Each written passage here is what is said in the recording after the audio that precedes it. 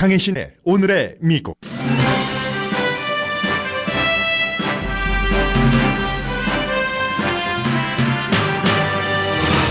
북한이 미국과 비핵화 협상을 할 뜻이 있는 게 북한의 공식 발표로 확인됐습니다. 남은 건 한 가지로 북한이 말하는 비핵화가 미국 버전과 얼마나 비슷한지입니다. 미국은 중국과 무역 전쟁을 하지 않을 것이라는 뉘앙스를 풍기지만 중국의 반응은 여전히 날카롭습니다. 중국 관영 매체가 미국의 경솔함과 가벼움이 미국을 빛바랜 국가로 만들어간다고 비난했습니다. 오늘 미국 탑뉴스는 트럼프 대통령이 시리아를 공격할 것인지에 대한 의문입니다. 내전 중인 시리아에서 반군 지역에 정부군이 생화학 무기를 써서 많은 사람이 숨지고 다쳤습니다. 그러자 최근 시리아에서 미군 철군을 하겠다고 공언한 트럼프 대통령은 처음으로 푸틴 대통령이 시리아를 지원한다고 비난했습니다. 페이스북은 오늘 사용자가 모르는 사이 사용자 개인정보가 데이터 회사로 넘어가 선거에 이용됐는지에 대해 알렸습니다. 또 다른 데이터 분석 회사도 페이스북 사용자 몰래 사용자 정보를 가져간 것으로 밝혀졌습니다. 애플 공동 창업자 스티브 워즈니악은 페이스북 사용을 중단한다고 밝혔습니다. 사용자의 정보로 큰 돈을 벌면서 이윤을 사용자와 공유하지 않는 페이스북은 부당하다고 비난했습니다. 7살 소녀가 킬리만자로 정상에 올라섰습니다. 최연소라는 기록도 중요하지만 킬리만자로에 오르기로 한 이유가 거의 숭고한 수준입니다.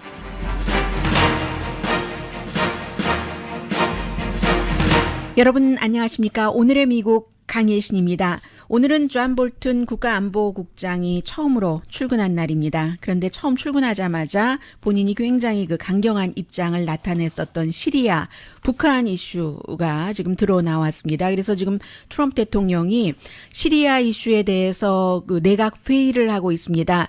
먼저 시리아가 반군이 있는 그 지역에 생화학 무기를 살포해서 많은 사람 70명 이상이 숨지고 1000명 이상이 다쳤습니다. 그러자 이제 트럼프 대통령이 토요일에 이 푸틴 대통령의 이름을 직접 얘기를 하면서 푸틴과 러시아, 국가와 사람을 따로 구분을 했습니다.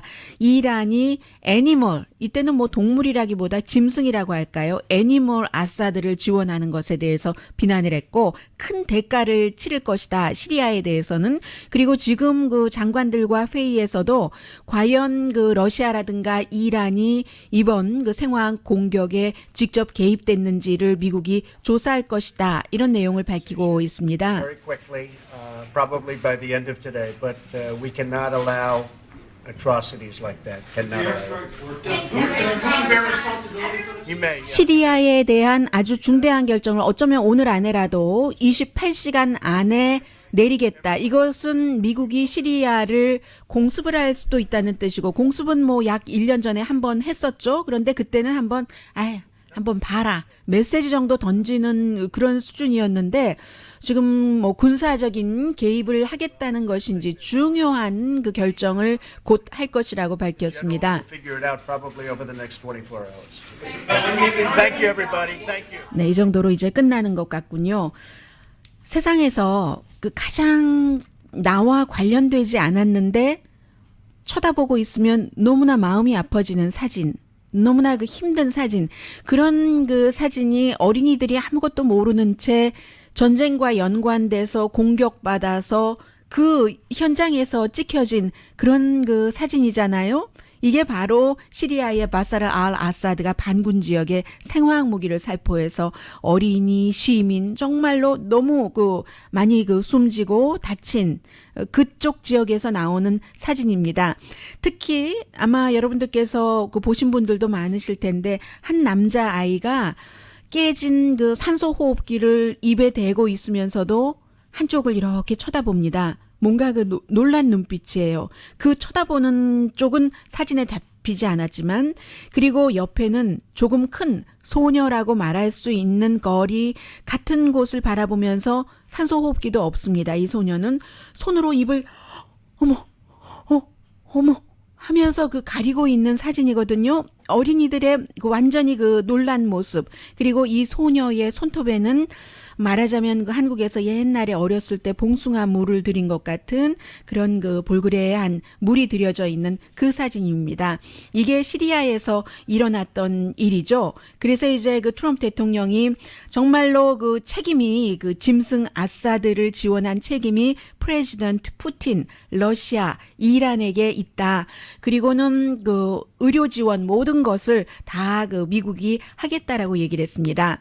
그리고 나서 시리아의 그 공군 기지가 공습을 당했는데 러시아와 시리아는 이스라엘이 미사일 공격을 했다고 비난을 합니다. 원래는 미국이 했다고 했어요. 그리고 나서 미국이 우리 안 했다. 프랑스도 우리 안 했다. 하고 난 뒤에 러시아의 국영방송이 이스라엘 전투기가 2대의 전투기가 8기의 미사일을 레바논 공군기지로부터 시리아 공군기지로 발사를 했다라고 밝히고 나니까 시리아의 국영TV도 맞다 하고 마찬가지 주장을 했습니다. F-15 전투기가 미사일을 발사해서 이제 5개는 떨어져 버렸고 3기가 그 시리아 군기지에 명중을 했다는 얘기예요. 이스라엘은 뭐 우리 안 했다라고 얘기를 하지만 이 공격으로는 역시 그곳에서 뭐 또 숨진 사람들이 나오고 계속 이 사람이 숨지게 하면 이 사람이 숨지게 하고 숨지는 주체는 공격자 주체가 아닌 거죠. 어느 쪽에서든 그런 겁니다. 그리고 또 그 지금 그 트럼프 대통령은 오늘 아침 좀 전에 들어보신 48시간 안에 중대한 결정을 내리겠다라고 했는데 그 전에는 오바마 대통령도 비난을 했습니다. 오바마 대통령이 시리아가 레드라인을 건넜을 때 그때 처리했으면 짐승 이 아사드의 시대 그의 역사는 이미 끝났을 텐데 그는 역사로 들어가 버렸을 텐데 라고 얘기를 하면서 오바마가 그때 일을 다 잡지 않아서 이런 일이 일어났다라고 얘기를 했습니다. 그런데 이제 2013년도였어요. 그때가 팩트 체크를 하자면 그 당시는 오바마가 대통령 당선자였었을 때입니다. 그런데 오바마가 그 선거 캠페인을 하면서부터 계속 공약하기를 외국에 대해서 잘 알지도 못하면서 더군다나 이제 멀리 있는 국가, 중동 국가, 미국 국무부나 국방부에 그 나라 말의 언어의 그 전문가도 없는 그런 외국에 대해서 알지도 못하면서 그 국가의 정권 교체하는 일을 중단하겠다라고 공약을 했었습니다. 미국이 개입해서는 안 된다고도 했어요. 문화적인 차이나 이런 것도 모르면서 그 얘기를 했었을 때 사실 트럼프 대통령은 트윗이 지금 있거든요. 트윗으로 그 공격을 해야지 된다라고 얘기를 했었고 또 그 반대의 얘기도 했었고 아무튼 그 공격해야 된다 반대의 얘기 등이 지금 트럼프 대통령이 말하는 것과는 다르다는 게 그 요지고요. 지금 트럼프 대통령은 일주일 조금 넘었네요. 3월 말에 시리아에서 더 이상 그 미국이 지킬 이유가 없다. 미군은 이제 나오겠다. 아이시스 뭐 다 물리쳤으니까 다른 나라들이 알아서 해라라고 얘기를 했는데 이런 일이 일어나자 지금 48시간 안에 어떤 그 조치를 취하겠다는 것 아니겠어요? 그래서 이제 국가안보보좌관 존 볼튼이 어떤 조언을 할지는 뭐 모르겠습니다만은 제한적인 공격을 할 수도 있고 1년 전처럼 그런데 이제 큰 변화는 없겠죠. 아주 크게 벌을 주자면 더 강한 그 공습 같은 것을 하면은 메시지는 되지만 러시아의 반응이 위험한 거죠. 러시아가 지금 시리아를 여러 가지 이유로 지켜주고 있으니까. 그리고 뭐 정말 그 트럼프 대통령이 지난달 말에 얘기했던 것처럼 시리아에서 뭐 빠져나올 수도 있는가 뭐 어떤 결정이 나올지는 모르겠습니다만은 트럼프 대통령 들어와서 처음으로 아주 그 강력한 군사적인 옵션을 쓸 수도 있는 것이 아닌가. 존 볼튼이 이제 3번째 국가안보보좌관으로 첫날 출근을 한 날 이런 결정이 나오지 않을까 하는 뭐 그런 우려들도 있고 미국이 어디에 가서 전쟁을 하면 뭐 군수업자들은 굉장히 좋아하지만 민간인들이 힘들어지니까는요. 일단 그 기본적인 공습이 어디까지 확장될지 아무도 모르기 때문에 오늘 안전보장이사회에서 회의를 해서 뭐 여러 가지를 결정한다고 하지만 프랑스가 뭐 동의할까 동의하지 않을까 미국이 그 결정하는 그런 부분에 대해서 그런 의문들도 있고 미국이 그 유엔의 그 결의안을 통과하지 않고도 단독으로 공격을 할 수도 있겠죠. 영국 정도 지원 정도 받고. 그러나 이제 그런 부분에 있어서도 굉장히 한 나라에 대해서 그 나라가 독재 국가건 아니건 그 무력으로 그 공습이라던가 아니면 그 군대를 그 활용한다는 것은 역시 그 사용하는 그 나라에도 역풍 같은 것을 주기 때문에요. 아무튼 중대한 결정은 48시간 안에 하겠다라고 얘기를 했고, 시리아 하면은 항상 시리아와 함께 지금까지는 거론됐던 국가가 이란과 북한입니다. 그런데 이 북한이 지난주가 아니라 어제였어요. 아직까지 그 모든 언론에서 이름을 밝히지는 않는데 다만 행정부의 관계자라고 얘기를 하고, 이 내용은 제일 먼저 보도한 것은 월스트리트저널입니다. CNN 방송은 지난 주말에 그 미국과 북한 관계자들이 비밀리에 지금 회담을 하고 있다. 왜냐하면 뭐 당연한 것 아니겠어요? 뭐 정상회담 준비 과정이 있어야지 되니까 그 정도만 얘기를 했고, 월스트리트저널이 그 과정에서 북한이 그 미국에 정식으로 미국 관계자에게 김정은의 메시지다라고 딜리버리를 했는데, 그 메시지가 북한이 미국과 직접 비핵화 논의를 할 준비가 돼 있다는 겁니다. 그러면 그 정의용 특사가 미국 백악관에 와서 트럼프 대통령에게 북한이 비핵화 협상을 할 준비가 돼 있답니다 하고 이 메시지를 딜리버리 했었을 때 한국의 그 많은 보수층에서는 그 말을 어떻게 믿어? 지금 그 정의용 특사, 문재인 대통령의 특사가 북한에 가서 어떤 말을 듣고 이제 그 회담을 성사시키기 위해서 거짓말을 했을 수도 있고 확대 해석을 했을 수도 있고 MMO에게 트럼프 대통령에게 전달을 해서 트럼프 대통령이 그 덫에 걸려서 쉽게 회담하겠다라고 답한 것일지도 몰라라고 계속 그런 얘기가 나왔습니다만은, 이것은 이제 미국 언론, 미국 당국에 의해서 확인이 된 일입니다. 다만 언제 어디서 접촉을 했는지 이런 자세한 내용에 대해서는 여전히 얘기하지 않고, 이것도 시기가 중요한 거죠. 지금 존 볼튼 굉장히 그 역사상 최대의 강성인, 북한에 대해서도 시리아에 대해서와 마찬가지로 이란에 대해서와 마찬가지로 존 볼튼 그 국가안보보좌관이 첫 출근을 하는 날 하루 전에 북한이 이제 이런 일이 있었다 하고 미국 행정부가 발표를 한 거죠. 물론 아직까지도 회담이 이루어질지에 대한 보장은 없습니다. 지금 오늘 미국의 모든 언론이 다 보도를 하고 있는데요. 이제는 한 가지만 남은 거죠. 비핵화라는 이 성격 규정입니다. 과연 그 북한이 원하는 그 비핵화와 한국이 원하는 비핵화, 미국이 원하는 것이 완전하게 일치하지는 않더라도 어느 정도나 비슷한가? 그런 것이 이제 그 제일 먼저 이 내용을 보도한 그 월스트리트저널의 서울 특파원이 그 조나단 챙이 오늘 아침에도 그 NPR 방송과 인터뷰를 하는데, 북한은 뭐 주한미군 철수까지 그뿐만이 아니라 사드까지 다 철거하는 것을 원할 수도 있는 것이고, 또 그 트럼프 대통령으로서는 완전하게 그 핵무기를 다 그 일시에 없애버려라 하는 것인데, 이것이 뭐 가능한가 하는 뭐 그런 부분인 거예요. 그래서 그렇지만 그럼에도 불구하고 뉴욕타임스는 현재로서는 양측이 협상에 씨를 그 뿌리고 있다는 것만은 분명하다.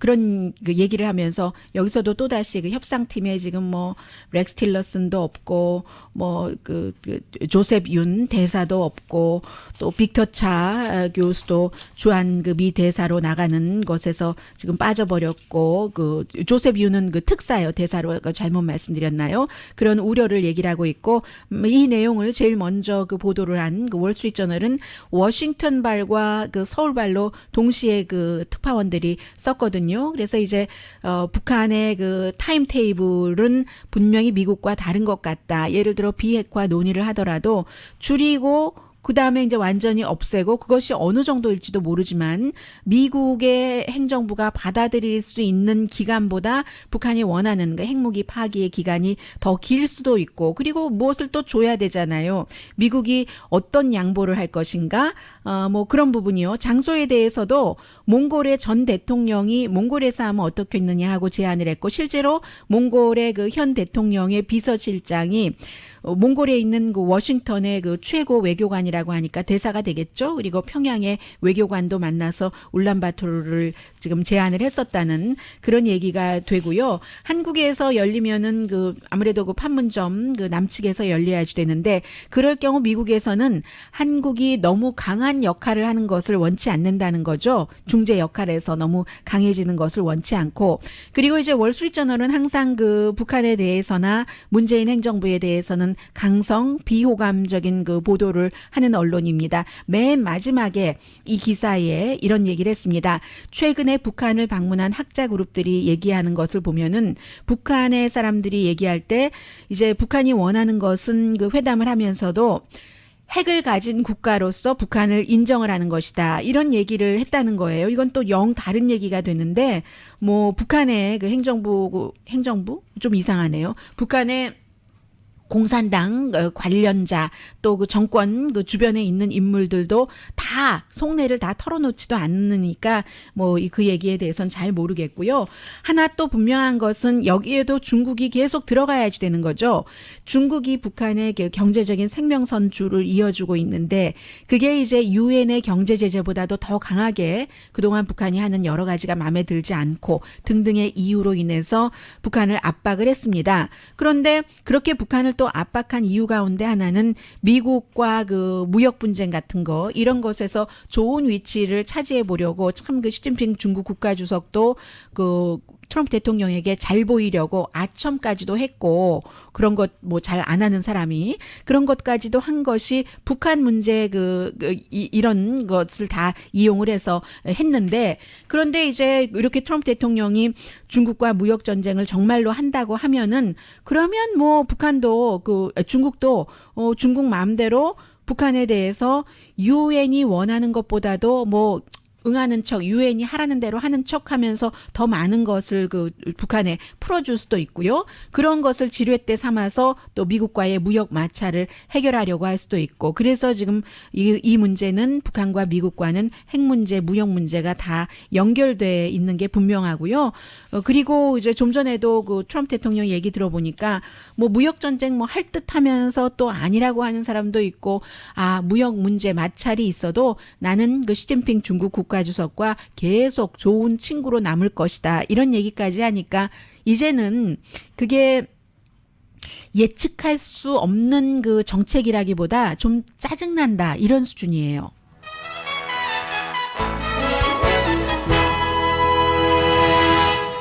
잠시 뒤에 이제 정말로 중요한 중국과 미국 그리고 오늘 아니면 이 내용을 전해드리기가 좀 기회를 잡기가 힘들 것 같아서 함께 좀 전하려고 한 내용이 있습니다.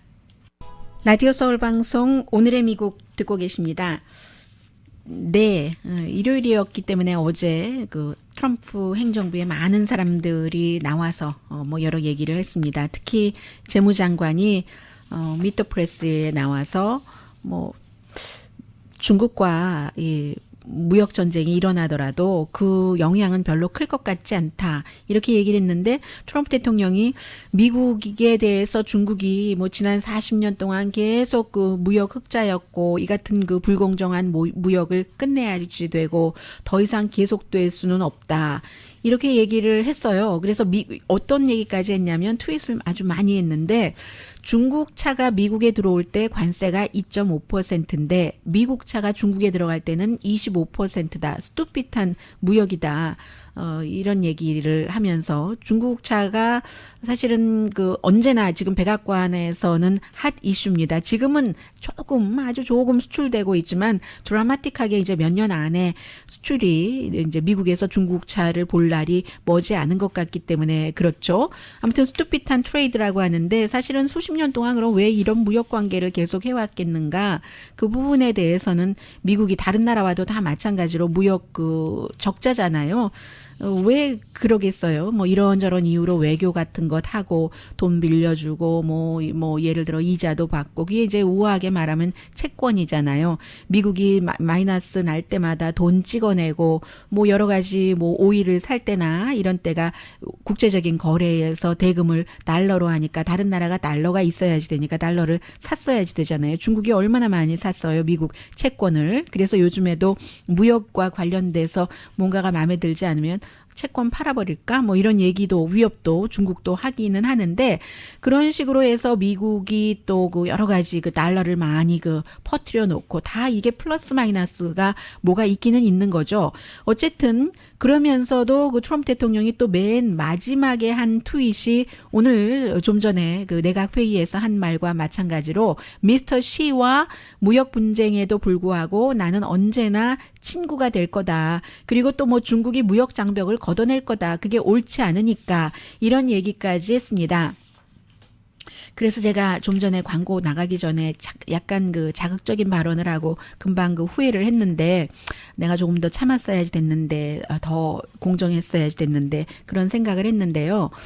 중국이 지금 중국뿐만이 아니라 세계에서 자꾸만 그 미국을 이렇게 바라보는 겁니다. 트럼프 대통령이 같은 날 불과 몇 분 차이 트윗에서 이렇게 말했다가 저렇게 말했다. 어떤 때는 완전히 말을 뒤집기도 하다 하니까 중국이 뭐라고 얘기를 하냐면 중국의 그 관영 뉴스 매체예요. 피플스 데일리가 피플스 데일리는 영어로 돼 있기 때문에 그 모든 사람들이 뭐 읽기가 쉽죠. 세계적인 관점에서 보면은 미국 그 대통령이 지금 초조함에 따른 무질서 그리고 그 초조함을 노골적으로 드러내기 때문에 미국이 빛을 잃어간다.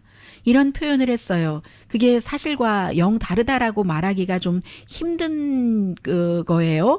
그래서 이제 미국의 그 백악관의 그 피터 나바로 그 같은 경우는 미터 프레스에서 MBC예요. 그 척 타드와 인터뷰에서 경제자문이요.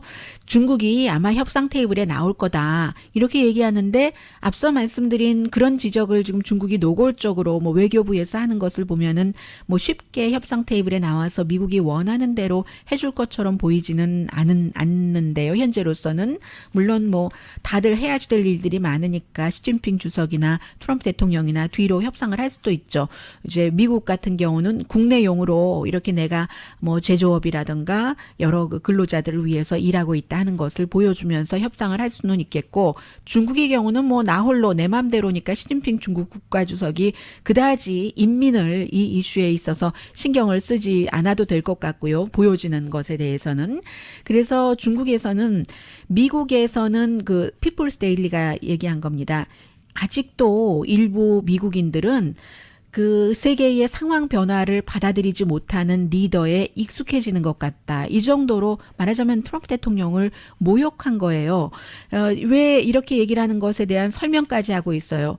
어떤 날은 어떤 때는 경제 제재로 위협을 하다가 그리고 또 금방 대화를 하겠다고 또 얘기를 하니까 중국으로서는 이게 무슨 뜻인지 무슨 말인지 알아들을 수가 없다. 그래서 이제 그 초조함에 따른 혼돈이라고 표현을 하는 것 같죠. 그런데 이제 중국의 경우는 미국이 아메리카 퍼스트를 얘기를 하면서 더군다나 중국과 무역 전쟁을 하려고 하더라도 특히 이제 테크놀로지 이 분야가 그 포커스를 두는 건데 자동차라든가 중국을 압박하려면 친구들이 있어야 되잖아요. 친구들이 좀 함께 해줘야지 되는데 지금 뭐 유럽연합하고도 등 돌리겠다 뭐 나토도 아니다 뭐도 아니다 도대체 미국은 친구가 없어요. 있던 친구를 다 잘라내버리고 심지어는 가장 국경을 맞대고 있는 멕시코까지도 잘라내려고 하고 그런 상황에서 어느 나라와 국가의 이익을 위해서 전쟁을 하기가 쉬울까 이런 생각은 들고요. 그 사이에 중국은 이제 돈이 점점 많아지니까 미국이 돈 안 빌려주고 뭐 아메리카 포스트야 이렇게 저렇게 할 때 뭐 아프리카의 남미의 브라질 같은 나라 특히 그리고 이제 아프리카 같은 곳에는 뭐 일부 뭔가 이제 지원도 해주고 하면서 특히 이제 농업 분야 같은 데서 그렇게 해주고 심지어는 유럽 동구권까지도 돈을 빌려주잖아요. 뭐 유럽의 그리스에도 돈을 빌려주고 하니까 그리스가 중국에 대해서 뭔가 그 유럽에서 규제를 좀 하려고 하니까 거기에 반대표를 던졌다는 것 아니겠어요? 뭐 이런 식으로 중국은 이상은 맞지 이념과 이상은 다를지언정 당장 우리가 돈이 급한데 돈을 빌려주고 다른 것도 시설도 해주고 중국은 여기에 큰 야심이 있는 거죠. 1대1로로 해서 쫙 뭐 중국 쪽으로 유럽 쪽으로까지 가서 철로도 놓고 그러면 아프리카에서 뭐 농업 생산한 것 이걸 또 어떻게 들여오고 뭐 이렇게 저렇게 한다는 것 아니겠어요? 그래서 이제 미국의 이 아메리카 포레스트가 친구를 다 잘라내면서까지 할 때는 나중에 정말 그 중요할 때의 독불 장군식으로는 그게 안 된다. 오히려 지난 최근까지 과거까지 미국의 독불 장군식이 통했을지도 모르는데 그렇기 때문에 독불 장군식으로 하지 않은 부분도 있어서 친구들을 유지해 온 건데 지금 중국의 반응이 그렇습니다. 그리고 중국은 미국에 대해서 잘 알고 있는데 너무 투명하니까 미국은 중국에 대해서 모르는 것도 굉장히 많잖아요. 파이낸셜 타임스의 아시아 편집장 그 제임스 팔머 씨가 하는 얘기입니다. 정말로 중국의 GDP 성장률조차도 세계는 모른다. 매드 융자율이 얼만큼인지, 자산, 개인 자산이 얼만큼인지, 도대체 중국에서 경제 불평등이 있다면 얼만큼인지 경제 분야뿐만이 아니라 모든 정치적인 것도 모른다는 거죠. 중국의 고위층이 정치를 지금 어떻게 하고 있는지 추측은 되지만 클레밀린 수준이기 때문에 알 수가 없고 중국 정치인들은 뭐 본인이 이제 정치 일정 끝내고 나서 기억을 적는다던가 이런 것도 하지 않고 저널리스트 가운데서 뭐 파이어 앤 퓨어리 이런 책을 써서 백악관 내부를 그 중국 그 내부를 알려주는 사람도 없잖아요. 실제로 시진핑이 중국의 부와 파워에 관심이 있는지 자신의 부와 파워에 관심이 있는지 반부패 캠페인이 정말 반부패 캠페인인지 시진핑의 정치적인 정적을 제거하는 것인지 공산당 내부의 그 파벌주의도 대강은 알지만 정확하게 알 수가 없다는 얘기예요. 그래서 이처럼 아무것도 그 중국에 대해서 정확하게 알지 못하는 중국과 미국이 무역 전쟁을 시작을 해서 여러 가지를 해야지 된다. 이런 내용들을 그런 어려움을 지적을 했고요. 그런 것에 비해서 중국 같은 경우는 지금 시진핑이 굉장히 그 파워풀한 그 국가 또 부자 국가를 만들고 본인도 부자가 되고 있는 것 같아요. 그러기 위해서 여러 가지를 아주 꼼꼼하게 완전히 점검을 해서 중국에서 미국을 향해서 무역전쟁에 대해서 던지는 말도 완전히 단결되고 일치된 거잖아요. 지금 그 부주석으로 그 왕치산을 둔 것은 왕치산이라는 사람이 7월이 되면은 70세가 되지만 지난번에 이제 그 중요한 당에서 나왔지만 지난해 상무위원회에서 나왔지만 상무위원 그 멤버가 아니면서도 이런 잡을 가진 사람은 뭐 한 20년 만에 1998년 이후에 처음이잖아요. 어려운 일이 있을 때마다 항상 그 불을 끄기 때문에 중국의 소방수라고 부르고 있는데 99년도에 뭐 파산 지경에 이르렀을 때 베이징 그리고 2003년도에 뭐 사스 바이러스 베이징에 있었을 때 글로벌 금융위기가 있었을 때도 미국과 계속 경제적인 연락을 했잖아요. 이 사람이 워싱턴 커넥션이 있는 사람입니다. 그런 사람이 지금 이제 부주석이 됐으니까 뭔가를 이제 뭐 좀 쉽게 할 수 있죠. 그런데 이제 그에 비해서 트럼프 행정부는 굉장히 사람들도 들락날락하고 경험이 있고 커넥션이 있는 사람들도 조금 드물고요. 그러면서도 시진핑의 그 경제 운영하는 것은 전과 달라서 지금 대통령 빼고 그 주석 빼고 가장 중요한 사람이 류허잖아요. 이제 부총리가 4명이 있는데 경제부총리인 류허가 굉장히 그 똑똑하고 그 외무상이요. 아주 그 똑똑하고 그 부드러운 그런 이제 정책 이반자로서 말하자면 이제 그 트럼프 대통령을 백악관 안에서 돕는 백악관의 경제 자문이라고 할까요? 그래서 하버드 대학교에서는 공공행정학을 했지만 그러나 이제 과거 미국의 시카고 일리노이 대학이든가에서 이제 경제를 공부를 했고 인디아나 대학교에서 몇 년 동안 경제도 가르쳤기 때문에 이 사람 역시 굉장히 그 미국 경제도 좀 아는 사람이고 그리고 시진핑은 스몰 그룹으로 지난 5년 동안 많은 것을 운영을 해왔기 때문에 미국과 무역 전쟁을 할 때도 어떻게 치면 트럼프 대통령이 힘들겠구나. 2018년도에 그 중간 선거에서도 트럼프 대통령의 아킬레스건을 탁탁 칠 수 있겠구나. 이게 완전히 준비가 됐다는 거예요. 그래서 지금 미국에서 공화당에서 걱정하는 게 있다면 그 걱정하는 게 있다면 그런 거라는 거죠. 북한에 대해서도 북한은 미국에 대해서 철저히 준비가 돼 있고 그리고 중국도 미국에 대해서 뭐 리커창 총리 같은 경우도 지금 뭐 대강 뭐 리본 커팅만 하겠다 하기는 하지만 그래도 뭔가를 좀 그 아는 사람이잖아요. 원래 경제 정책을 그 총리가 해왔었던 것이니까요. 그 중국에서는 그래서 이 아주 단단하게 시진핑 주변에 있는 사람들 또 불만도 없어요. 미국에 대해서 무역 전쟁에 대해서 이렇게 하겠다. 시진핑이 하면 고운 거고 미국에서는 공화당 내부에서도 특히 이제 무역 정책을 지지하는 자유무역을 지지하는 당이 공화당이기 때문에 대통령의 의견에 번번이 반대하는 사람들이 많은데 이게 섣불리 중국과 전쟁을 해서 잘못하면은 오히려 미국이 그 손해를 볼 가능성 우려도 높다는 얘기가 미국에서는 나오고 있습니다. 잠시 뒤에 페이스북을 하시는 분들이 굉장히 많으신데요. 오늘 페이스북에서 경고 받으셨어요? 여러분도 모르는 사이에 여러분 개인정보가 다 어떤 회사에 나가서 그 회사가 그 정치 선전하는데 그 이용을 했다고 그런 경고 받으셨는지 모르겠어요. 아주 그 중요한 뉴스인데요. 잠시 뒤에 전합니다.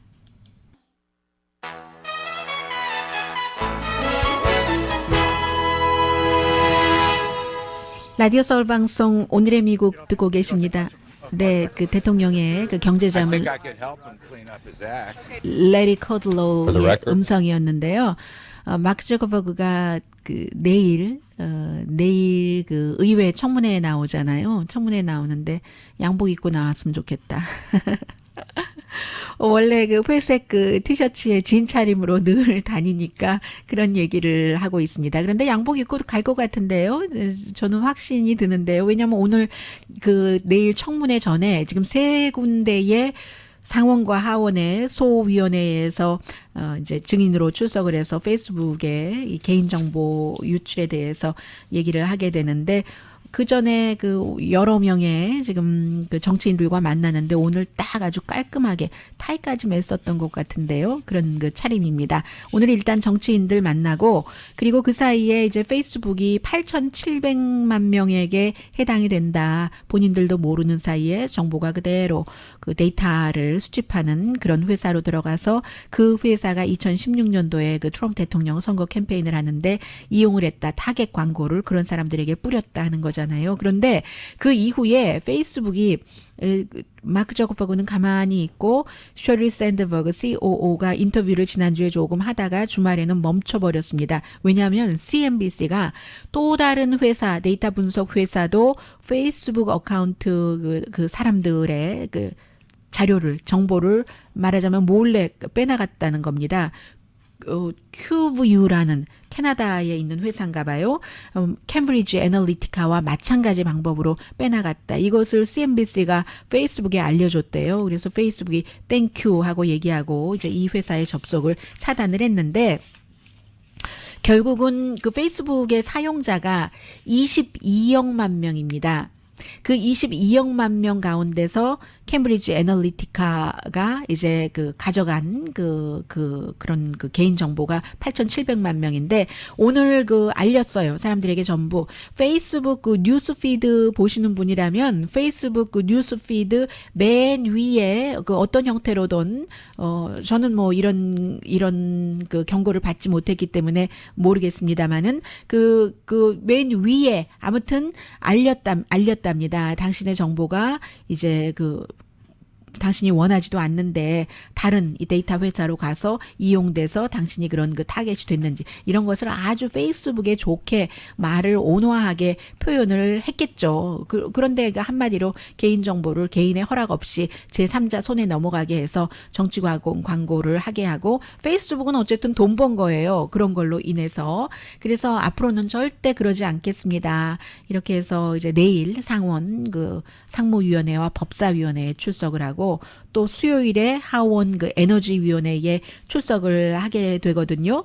그런데 이제 이 캠브리지 애널리티카라는 회사가 원래 돈 된 사람은 CEO는 딴 사람이지만 알렉산더 닉스라는 사람이지만 투자가가 그 중요한 투자가 3명이 로버트 멀서 그리고 레베카 멀서라는 사람과 스티브 배넌입니다. 스티브 배넌은 뭐 아시는 것처럼 백악관 수석 전략가였고 트럼프 대통령 뭐 대통령 만드는데 기여를 했어요. 더군다나 이런 거 보면 기여한 게 드러나죠. 이 캠브리지 애널리티카의 스티브 배넌이 한 500만 달러 정도는 투자를 했다고 하고요. 로버트 멀서와 그 레베카 멀서라는 공화당을 그 지지하는 사람들, 지금도 브레이트바트에 돈을 대고 있는 이 부녀가 한 1,000만 달러 이상을 투자를 했는데 이 로버트 멀서와 그 레베카 멀서는 원래는 테드 크루즈를 지지를 했었습니다. 굉장히 그 보수적인 티파리의 강력한 후원을 받고 있는 텍사스가 지역구인 그 테드 크루즈요. 그래서 원래 그 테드 크루즈 그랬기 때문에 캠브리지 애널리티카가 테드 크루즈를 위해서도 어떤 그 캠페인 활동을 해줬었던 거죠. 그러나 이제 테드 크루즈가 몇 월 달이었던가요? 5월이었나요? 6월이었나요? 이제 그 경선에서 물러나고 나서 이 트럼프의 캠프를 맡아서 또 캠브리지 애널리티카가 해줬었던 거고 스티브 배너는 전에 이 캠브리지 애널리티카에 돈만 된 사람이 아니라 부사장까지 했었어요. 그래서 스티브 배넌과 이 멀서 그 부녀가 굉장히 그 타겟 자체를 그 아주 그 강한 그 극우 후보에게 좋은 이런 형태로 이 그 회사를 운영을 하면서 그런 그 타겟을 잡았다 하는 그런 내용까지 나가고 있습니다. 그러니까 결국은 정보 유출도 정보 유출이고 이런 것들이 어떻게 정치계에 활용됐는가 하는 것. 애플의 공동 창업자 가운데 스티브 그 워즈니악이 있잖아요. 이 사람이 It's done with Facebook. 나 이제 페이스북과는 인연 끊었어 라고 얘기를 했는데 본인의 페이스북 페이지를 더 이상 사용하지 않겠다고 밝혔습니다. 그런데 페이지 자체를 없애지는 않았어요.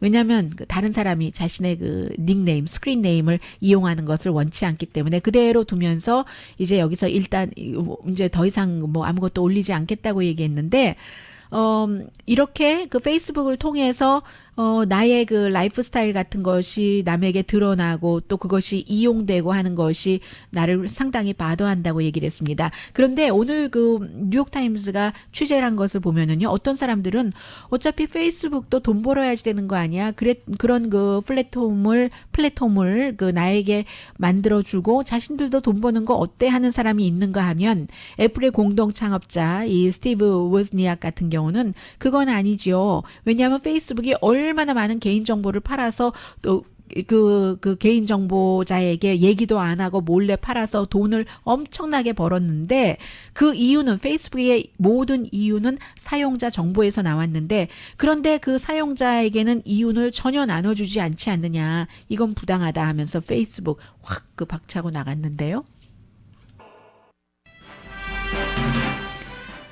네. 킬리만자로의 표범.